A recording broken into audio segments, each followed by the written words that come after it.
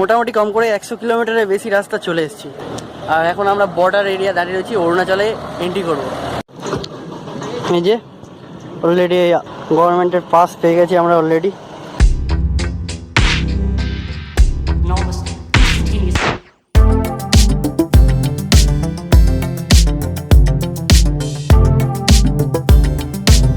সুর করে চলে আসছি, আর এই দিক দিয়ে জল সুর করে পালিয়ে যাচ্ছে।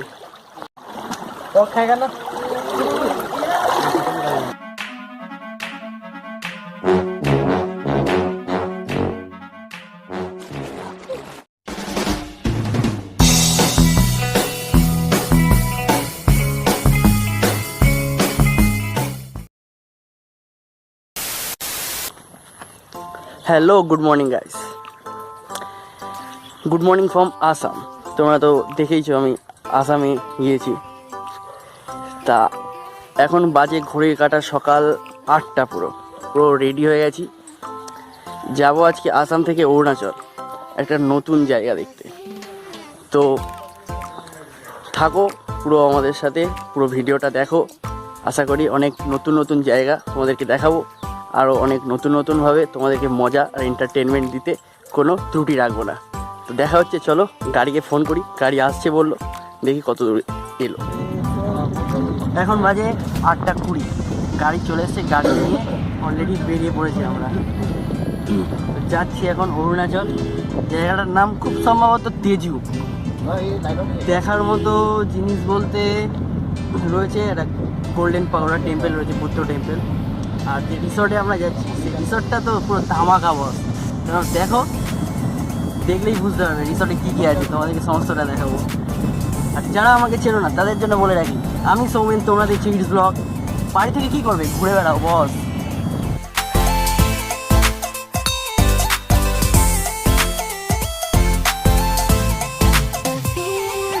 তো এই ট্যুরটার ব্যাপারে বলি, হঠাৎ করে প্ল্যান করলাম যে আসাম থেকে তো বাড়ি যাওয়ার সময় চলে এসছে, তো একটু ঘুরতে যাওয়া হোক। তো সাডেন প্ল্যানে চলে এলাম আমরা 5 জনে ঘুরতে। সুমন আছে সঙ্গে, আর আছে নমি। তা সবাই মিলে প্রোগ্রাম করলাম, চলো একটু ঘুরে আসা যাক কোথাও থেকে।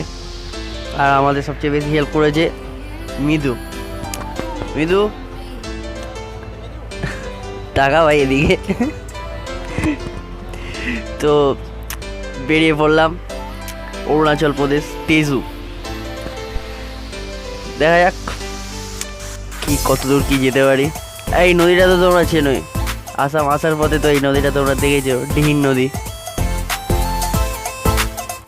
পেয়ে গেছে খুব খিদে, খাবো এবার। এখন বাজে প্রায় 9টা 10। এখন আমরা আপাতত এসে পৌঁছেছি দুলিয়াজান। এবার এখানে সকালে ব্রেকফাস্ট করে তারপরে আবার গাড়ি নিয়ে বেরোবো।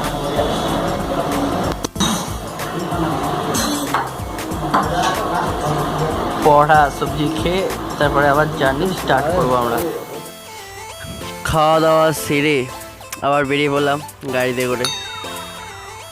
আসামে চা বাগানটা চারিদিকে ভর্তি, শুধু চা বাগান আর চা বাগান। যাই হোক, আর দিনটা আজকে এত গরম, এত রোদ উঠেছে কি বলবো। এখন বাজে ঘড়ির কাঁটা প্রায় সকাল 11:30। মোটামুটি কম করে 100 কিলোমিটারের বেশি রাস্তা চলে এসেছি। এই যে আমার পিছনে যেটা দেখতে পাচ্ছ, ওইটা হচ্ছে আসাম। আর এখন আমরা বর্ডার এরিয়া দাঁড়িয়ে রয়েছি, অরুণাচলে এন্ট্রি করবো। এখন যাব আমরা অরুণাচলে পাস বানাতে, পাস বানিয়ে তারপর অরুণাচলে এন্টার করব। এই যে অলরেডি অরুণাচল গভর্নমেন্টের পাস পেয়ে গেছি আমরা অলরেডি। বাই চান্স যদি চেক করে এগুলো দেখাতে হবে। যাব এখন। তো এখন মেন কথা হচ্ছে যে পাস কাটতে একদিনের জন্য কত খরচ হয়। তা পার পারসন একদিনের জন্য 50 টাকা খরচ আছে। আর যদি তোমরা 4 হুইলার নিয়ে আসো তাহলে সেটার পাসিংয়ের জন্য 200 টাকা। আর যদি বাইক নিয়ে আসো তাহলে 100 টাকা একদিনের জন্য। তো ওয়েলকাম টু অরুণাচল প্রদেশ।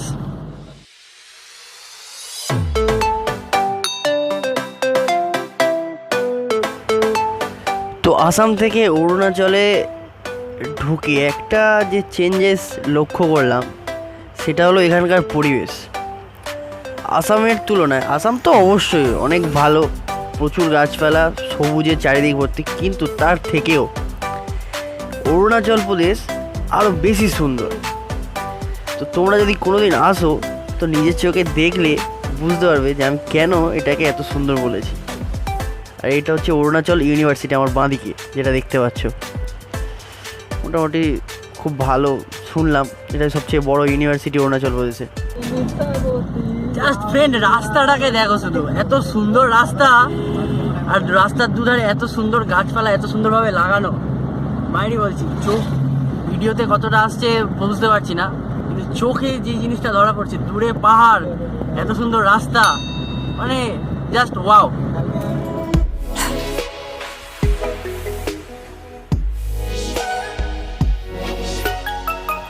তো এখনও প্রায় পথ, যতটা গুগল ম্যাপে দেখতে পাচ্ছি, প্রায় 54 কিলোমিটার। সত্যি আমরা যা দেখেছিলাম তার থেকে অনেকটাই বেশি এই ডিস্টেন্সটা।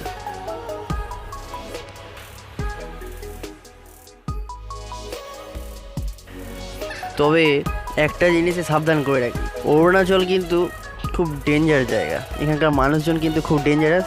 ভুলেও এখানকার মানুষের মুখ লাগলে চলবে না। কোনো মানুষের সাথে যদি কিছু হয় বা কথোপকথন হয় তো তাদেরকে খুব অল্প সময়ের মধ্যে যা হোক কিছু বলে চলে আসা উচিত। এটা হচ্ছে গোল্ডেন পাগোড়ার টেম্পল, এই বাঁদিক দিয়ে এই রাস্তাটা যেটা ঢুকে গেছিলো।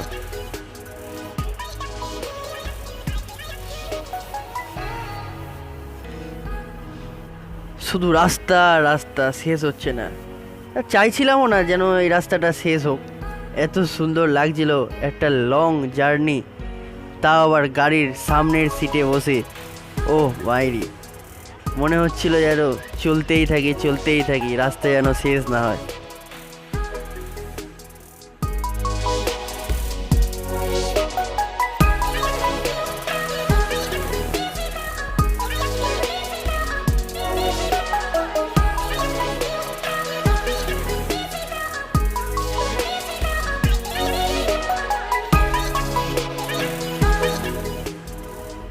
এখন তো কিছুই না, ভ্লগটা পুরোটা দেখতে থাকো, তবে বুঝতে পারবে আরও যে কত কিছু এন্টারটেনমেন্ট এই ভ্লগে লুকিয়ে রয়েছে। সো আর এরকম মজাদার ভ্লগ পেতে আমার চ্যানেলটা সাবস্ক্রাইব করো। 144টা সাবস্ক্রাইবার রয়েছে, কি করছো বস তোমরা? একটু সাবস্ক্রাইব করে দাও, 150 কমপ্লিট করে দাও প্লিজ। ও মাই গড,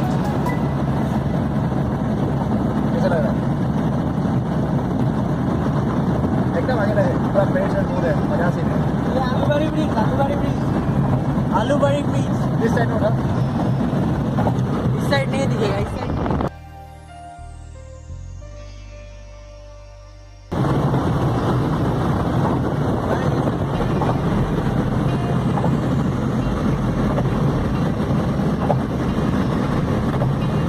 এই জন্যই তো আমি বলি, বাড়ি থেকে কি করবে, ঘুরে বেড়াও বস।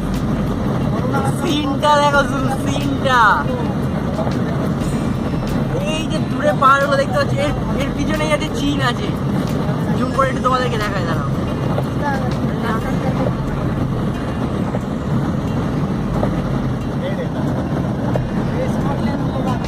स्कॉटलैंड मिलेगा, अभी स्टार्ट हो गया। मतलब यहाँ तक ही मेरा, मैं तो खुश हो गया, और कुछ क्या चाहिए कैमरा जिंदगी मत करना, पेड़ के देखो, खाना देखो, कैसा लग रहा है? Oh lovely. हाँ, कैसा लग रहा है ये सीन देखो? वीडियो होने दो, मैं आँख से थोड़ा सेक लेता हूँ इसको पहले। ये वाला सीन देखो, कैसा लग रहा है? वाओ, आने का टाइम में फोटो क्लिक करेगा। ये बोलो, कैसा लग रहा है? कैसा सो? একদম মানে জাস্ট এই সিনটার জন্য একটা লাইক করে দাও ফ্রেন্ড, আর চ্যানেলে সাবস্ক্রাইব করে ঘন্টাটা বাজিয়ে দাও। চকচকে সাদা রাস্তা, দু সাইডে সারি সারি গাছ, গাছের পরেই নদী, আর দূরে পাহাড়, সব মিলিয়ে এক অনবদ্য পরিবেশ, যেটা এরকমভাবে মানে কথায় প্রকাশ করা একভাবে অবিশ্বাস্য। মানে তুমি নিজের চোখে যদি না দেখো এই জায়গার সৌন্দর্য, তোমার ধারণারও বাইরে। তো অবশেষে 160 কিলোমিটার জার্নির পর আমরা এখন রিসর্টে ঢুকছি, প্রায় চলে এসেছি রিসর্টের কাছে। দেখো তোমরা রিসর্টটা। এখন বাজে 12:30, জাস্ট এইমাত্র গাড়ি থেকে নামলাম, আর এখন আমি এসে পৌঁছে গেছি অরুণাচল প্রদেশে একটা রিসর্টে। যে রিসর্টটার নাম হচ্ছে ডিগারু ইকো রিসর্ট। তো চলো দেখাই তোমাকে এই ডিগারু ইকো রিসর্ট যে কিছু শর্ট।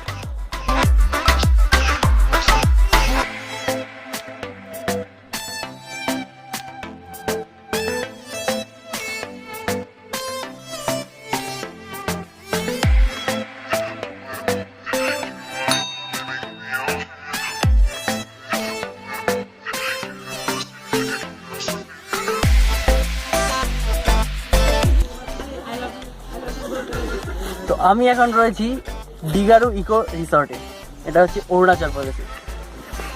জায়গাটা তোমরা ঘুরে দেখো, একটু দেখাও, আমি বলবো কত সুন্দর। ছোটো ছোটো কটেজ বানানো রয়েছে, থাকার জন্য থাকা খাওয়ার সব রকমের ব্যবস্থা রয়েছে।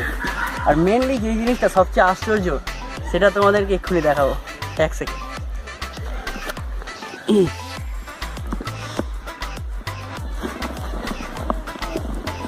এখানকার যে মেন যে খাওয়া দাওয়াটা যেটা হয়, এই যে জলের ওপরে পুরো সিনটা দেখো তোমরা। এই যে চেয়ার টেবিল সিস্টেম রয়েছে, খাবার অর্ডার দিয়ে তোমরা এখানে এসে বসবে, পুরো এখানে ফুল সব এনজয়মেন্ট সব এইখানেই হয়। এর উপরে বসে একদম আলাদাই ব্যাপার স্যাপার একদম। এত কিছু দেখে এত এক্সাইটমেন্টে আমি আর মাইরি বলছি, ওয়েট করতে পারছি না, কতক্ষণে জলে নামবো সেটার অপেক্ষাতে রয়েছি। তো জাস্ট জামা প্যান্ট চেঞ্জ করবো, সব নিয়ে এসেছি আসার সময় রুম থেকে। তো ঝটপট চেঞ্জ হয়ে তারপরে জলে নেমে তারপরে তোমাদের সাথে আবার গল্প করছি।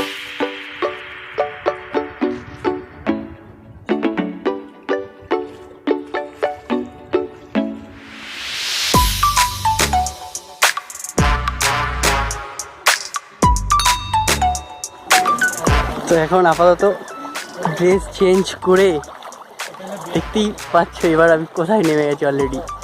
জল পুরো হাঁটু পর্যন্ত প্রায় চলে এসেছি অলরেডি। আমি ব্যাক ক্যামেরা করি, তোমাদের দেখাচ্ছি পুরো ব্যাপার। চিকেন রায়তা লাগা কি চিকেন পকোড়া লাগা? তো খাएगा ना चिकन रायता और